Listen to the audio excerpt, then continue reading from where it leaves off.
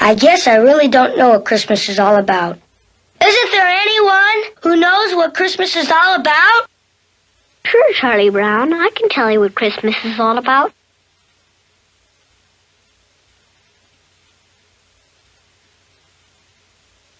Lights, please. And there were in the same country shepherds, abiding in the field, keeping watch over their flock by night. And lo, the angel of the Lord came upon them. And the glory of the Lord shone round about them. And they were sore afraid. And the angel said unto them, Fear not. For behold, I bring you tidings of great joy, which shall be to all people. For unto you is born this day in the city of David a Savior, which is Christ the Lord. And this shall be a sign unto you. You shall find the babe wrapped in swaddling clothes, lying in a manger. And suddenly there was with the angel a multitude of the heavenly host praising God, and saying, Glory to God in the highest, and on earth peace, goodwill toward men.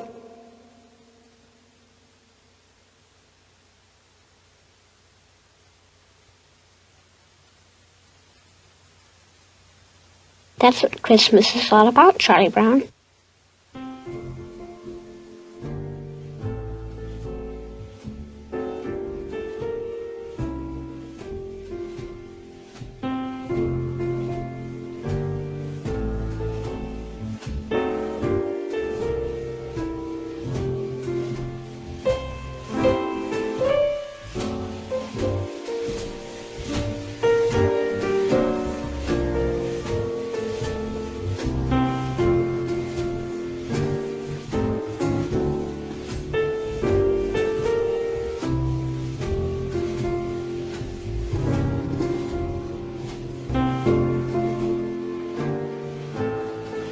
For behold, I bring you tidings of great joy, which shall be to all people.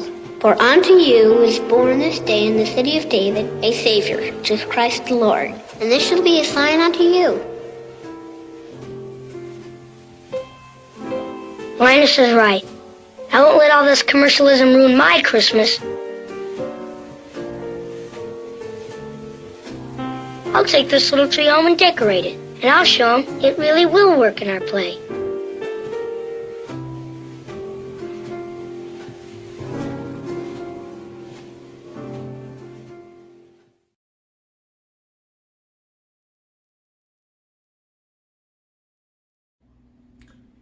그 무렵에 마리아가 일어나 유대지방 산골에 있는 동네로 서둘러 갔습니다. 사가랴의 집으로 들어가서 엘리사벳에게 인사하였습니다. 엘리사벳이 마리아의 인사를 받을 때 아기가 뱃속에서 뛰놀았습니다. 엘리사벳이 성령으로 충만하여져서 큰 소리로 외쳤습니다. 당신은 여인들 중에서 가장 복받은 자입니다. 당신의 뱃속에 있는 열매가 복됩니다. 내 주님의 어머니께서 내게 오시다니 무슨 일입니까? 보소서, 당신이 인사하는 소리가 내 귀에 들릴 때에 내 뱃속의 아기가 기뻐서 뛰어놀았습니다. 주님께서 말씀하신 것이 이루어질 것을 믿은 자는 복이 있습니다. 아멘. 예수님은 나의 기쁨이라는 제목으로 함께 하나님의 말씀 나누도록 하겠습니다. 사랑하는 엎드림 학생부 친구들, 대림절 기간 잘 보내고 있나요? 크리스마스 콘테스트 준비도 잘하고 있죠? 아까 영상에서 본 것처럼 우리도 크리스마스의 진정한 의미를 기억하면서 함께 이 시간을 보내면 좋겠습니다. 오늘은 대림절 셋째 주일입니다. 대림절 첫째 주간에는 이 땅에 소망으로 오신 예수님을 묵상했고, 어제까지 둘째 주간에는 우리에게 평화를 주시려고 오신 예수님을 함께 묵상했습니다. 하루하루 말씀 묵상하면서 우리가 함께 베들레헴을 향해 걷고 있기도 하고요. 오늘부터 이번 한 주간 동안에는 이 땅에 오신 예수님이 우리에게 주시는 기쁨에 대해서 묵상합니다. 여러분은 언제 기쁜가요? 그냥 쉽게 생각해보면 우리는 원하고 바라던 선물을 받았을 때 기뻐하는 것 같습니다. 제가 지난주에 우연히 본 영상이 하나 있어요. 태어나서 처음으로 강아지를 선물로 받게 된 아이들의 생생한 반응을 모아서 편집한 영상이었습니다. 아이들이 얼마나 기뻐하는지, 너무 기뻐서 뛰고 소리 지르고 심지어 울기까지 하는 모습을 봤습니다.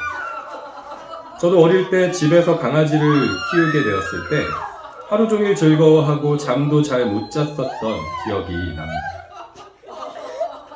어린 시절이 지나고 여러분처럼 유스, 사춘기 나이가 되면 뭘 받을 때 기쁜가요? 최신 휴대폰, 태블릿 PC, 아이패드 같은 물건들이 생기면 기뻐하나요? 이런 물건들도 기쁨을 주지만 저의 유스 때를 떠올려 보면 가장 기쁨을 주는 존재는 친구였던 것 같아요. 여러분도 그렇지 않나요? 함께 있으면 재밌고 즐겁고 웃음이 끊이지 않는 마음이 통하는 친구가 있다는 것 자체가 참 큰 기쁨이 됩니다. 이제 여러분이 청년이 되고 어른이 되면 무엇이 여러분에게 기쁨을 줄까요? 원하는 학교에 가는 것, 원하는 직업을 갖는 것, 돈을 많이 버는 것, 그래서 사고 싶었던 물건, 자동차, 집을 사는 것, 여러 가지가 있을 수 있을 거예요. 그리고 무엇보다도 사랑하는 사람이 생기는 것, 프로포즈를 받고 아름다운 결혼식을 하고 행복한 가정을 꾸리는 것. 이런 일들을 통해서 우리는 기뻐하고 행복을 느낍니다. 그런데 분명한 사실, 변하지 않는 진리가 하나 있어요. 그게 무엇이냐면 우리는 우리에게 기쁨을 줬던 이런 것들과 언젠가는 반드시 이별해야 할 때가 온다는 거예요. 어릴 적에 가장 큰 기쁨을 줬었던 강아지를 떠나보내야 할 때가 오고 가장 친한 베스트 프렌드와 이별해야 할 때가 옵니다. 나이가 들면 좋아하던 일을 그만두거나 리타이어 해야 할 때가 오고 사랑하는 가족을 떠나보내야 할 때가 옵니다. 이 땅에서 우리에게 기쁨을 주는 존재들은 그 어떤 것도 영원한 것이 없다는 것이죠. 그런데 오늘 말씀은 우리에게 영원한 기쁨을 주는 존재가 있다는 좋은 소식, 바로 복음을 우리에게 전해주고 있습니다. 우리가 잘 아는 것처럼 어느 날 마리아에게 천사가 나타나서 이렇게 말합니다. 마리아야, 두려워하지 마라. 하나님께서 내게 은혜를 베푸신다. 보아라, 네가 아이를 임신하게 되어 아들을 낳을 것이다. 너는 그 이름을 예수라고 하여라. 아멘. 그런데 이 말을 들었을 때 마리아는 걱정이 됐습니다. 마리아가 요셉과 약혼을 한 상태이긴 했지만 결혼을 하기 전에 임신을 한다는 것은 말이 되지 않았기 때문이에요. 그리고 마리아가 약혼 전에 임신을 한다면 그것은 부끄러운 죄일 뿐만 아니라 율법에 따라서 죽임을 당할 수밖에 없는 죄였기 때문이었어요. 그래서 마리아는 이런 일이 일어날 수 없다고 천사에게 말했습니다. 그런데 천사는 다시 한번 확실하게 마리아에게 말합니다. 성령이 내게 내려오시고 가장 높으신 분의 능력이 너를 감싸주실 것이다. 태어날 아이는 거룩한 분, 하나님의 아들이라고 불릴 것이다. 보아라, 네 친척 엘리사벳도 나이가 많지만 임신하였다. 그녀는 임신하지 못한다고 생각하였으나 벌써 임신한 지 6달이 되었다. 하나님께서는 하지 못하실 일이 없다. 아멘. 천사가 말한 것처럼 하나님께 할 수 없는 일은 없습니다. 그리고 이 말은 마리아가 예수님을 임신한 일을 통해서 완전하게 증명됩니다. 하나님께서 처음에 아담을 창조하실 때는 남자와 여자가 아무도 존재하지 않는 상태에서 아무것도 없는 상태에서 창조하셨습니다. 그 다음에 하나님께서 여자를 창조하실 때는 아담만 존재하는 상태에서 그의 갈비뼈를 취하셔서 여자를 창조하셨죠. 그 이후에 다른 모든 사람들은 남자와 여자, 아버지와 어머니가 존재하는 상태에서 이 땅에 태어났습니다. 하나님은 아무것도 없는 상태에서도 창조하실 수 있고 남자만 있는 상태에서도 창조하실 수 있고 남자와 여자가 있는 상태에서도 창조하실 수 있습니다. 이제 남은 한 가지 조건이 더 있습니다. 바로 여자만 있는 상태에서 창조하는 것이죠. 하나님은 이 창조를 마리아가 예수님을 임신하게 하심을 통해서 행하신 것입니다. 그래서 하나님께서는 하지 못하실 일이 없다는 것, 하나님께는 모든 일이 가능하다는 것, 하나님은 전능하신 분이시라는 것을 말씀하고 계신 것입니다. 천사의 이 말을 들은 마리아는 자신이 예수님을 임신했다는 사실을 전능하신 하나님에 대한 믿음으로 받아들였습니다. 그리고 나서 마리아가 한 일이 오늘 본문에 기록되어 있습니다. 마리아는 자신보다 먼저 세례 요한을 임신한 엘리사벳을 찾아갔습니다. 왜 엘리사벳을 찾아갔을까요? 자신이 임신을 했다는 이야기를 이해하고 들어줄 사람이 엘리사벳밖에 없다고 생각했기 때문일 것입니다.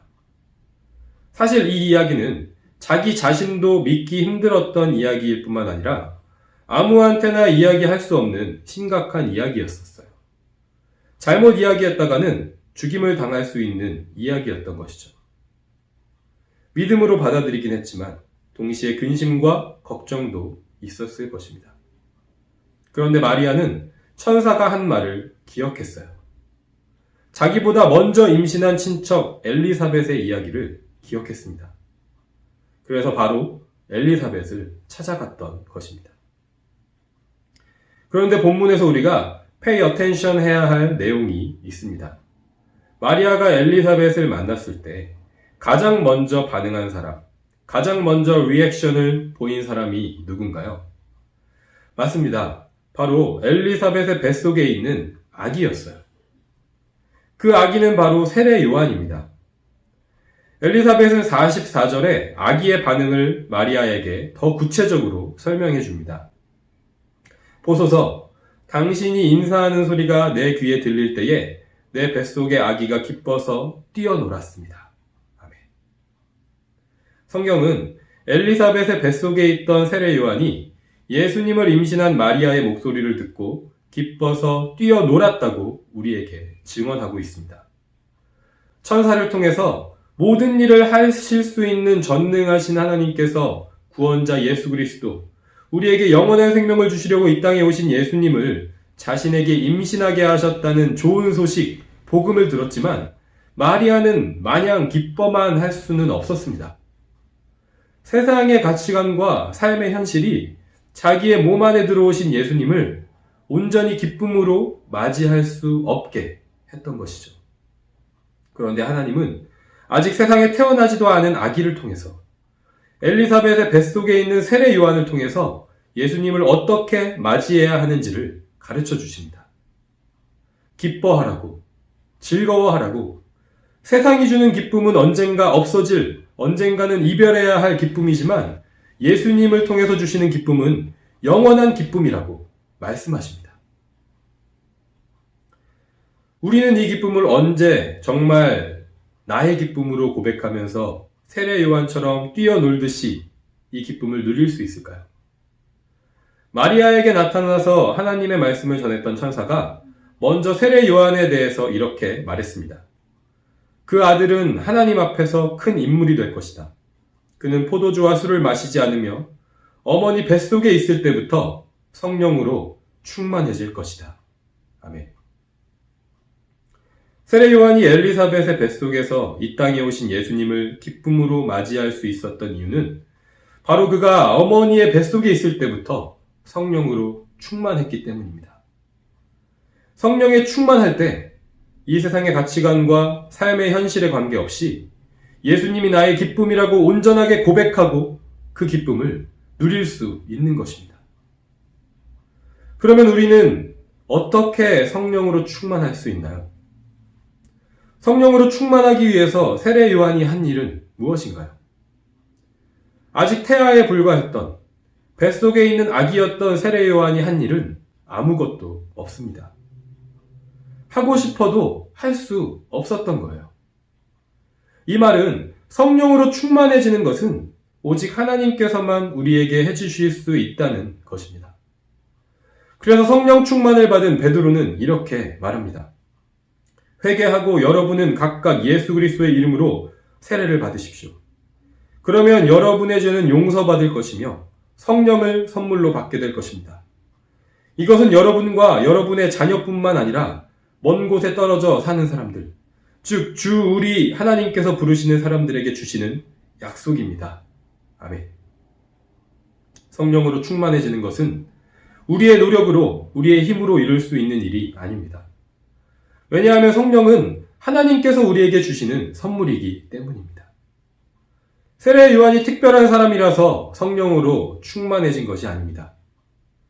어떤 특별한 자격이 있는 사람, 능력이 있는 사람, 유명한 사람에게만 주시는 것이 아닙니다.